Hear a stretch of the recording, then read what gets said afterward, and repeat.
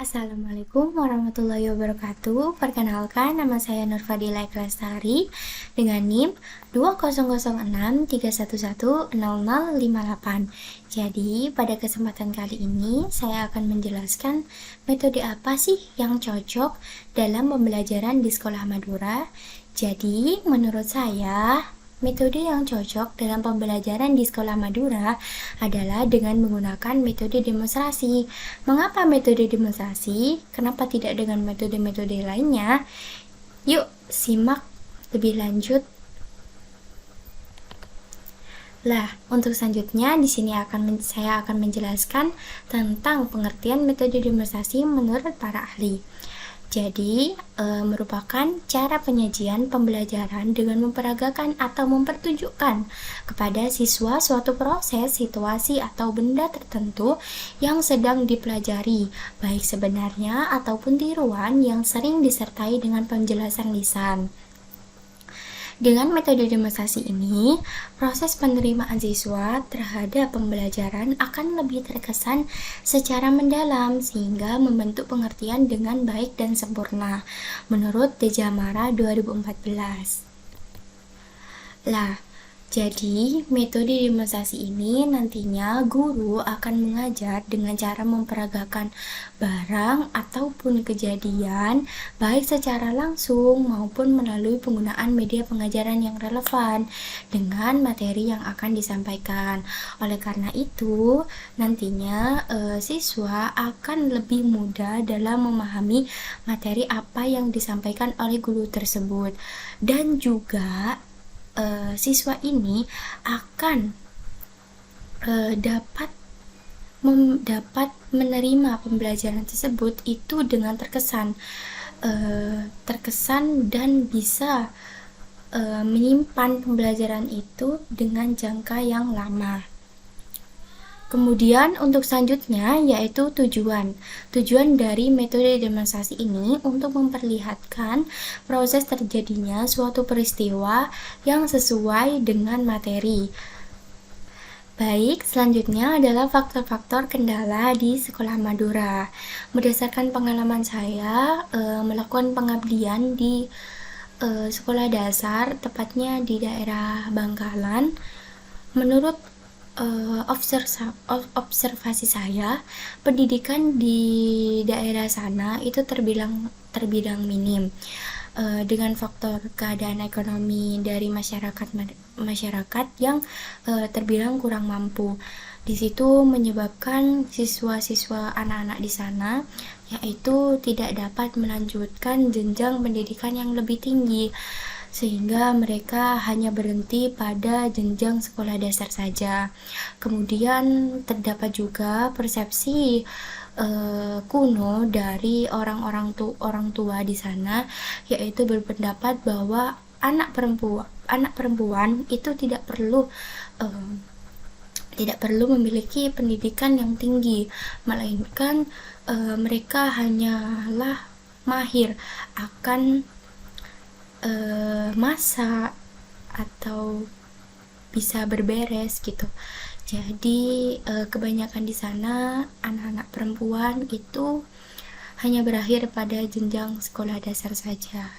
Kemudian di sekolah di daerah sana itu sangatlah memiliki kekurangan fasilitas yang memadai.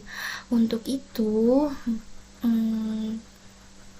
seorang pendidik di sana atau guru di sana juga memiliki kesulitan dalam mengekspos dirinya untuk mencoba hal-hal baru, yaitu dengan menggunakan metode-metode baru untuk diterapkan di sana, melainkan dia keseringan menggunakan metode ceramah saja.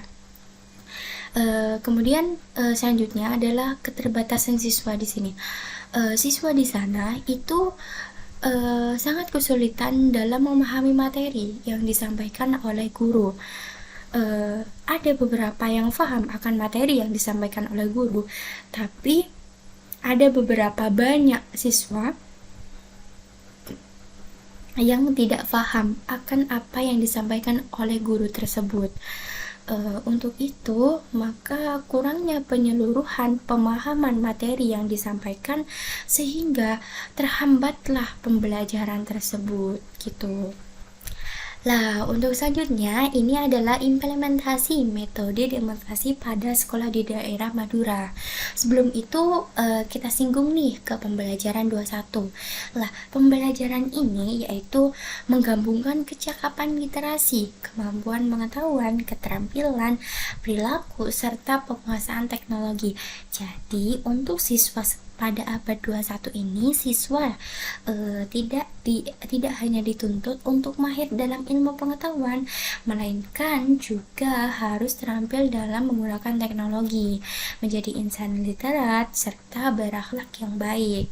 Lah, untuk itu guru ini dapat menggunakan metode demonstrasi untuk menyampaikan pembelajaran, yaitu bisa memanfaatkan alat-alat yang sederhana yang mudah dipahami gitu.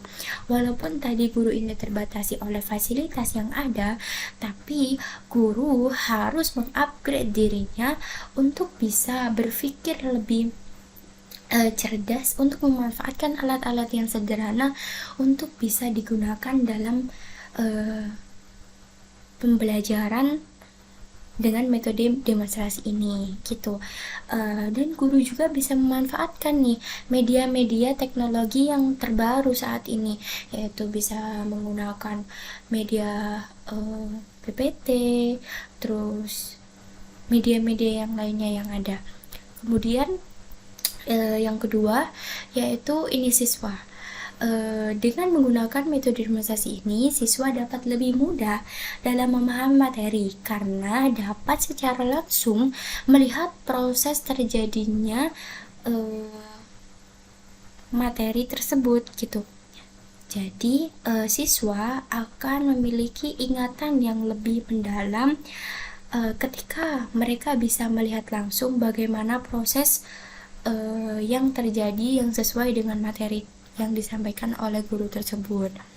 Nah, kemudian dengan adanya pembelajaran menggunakan demonstrasi ini, maka akan menimbulkan nih rasa ingin tahu yang muncul pada siswa, yaitu seperti kayak siswa itu bertanya, mengapa Bu benda ini dengan benda ini bisa menjadi seperti ini, kenapa gitu.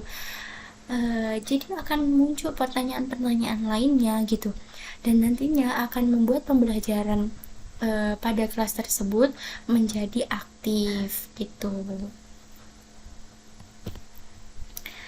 Nah, untuk selanjutnya ini adalah langkah-langkah metode demonstrasi. Yang pertama yaitu memulai demonstrasi dengan menarik perhatian peserta didik.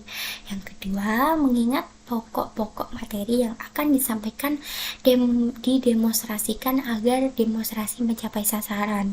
Yang ketiga, memperhatikan keadaan peserta didik apakah semuanya mengikuti demonstrasi yang dengan baik. Kemudian yang keempat, memberikan kesempatan kepada peserta didik untuk aktif memikirkan lebih lanjut tentang apa yang dilihat dan didengarkan dalam bentuk mengajukan pertanyaan.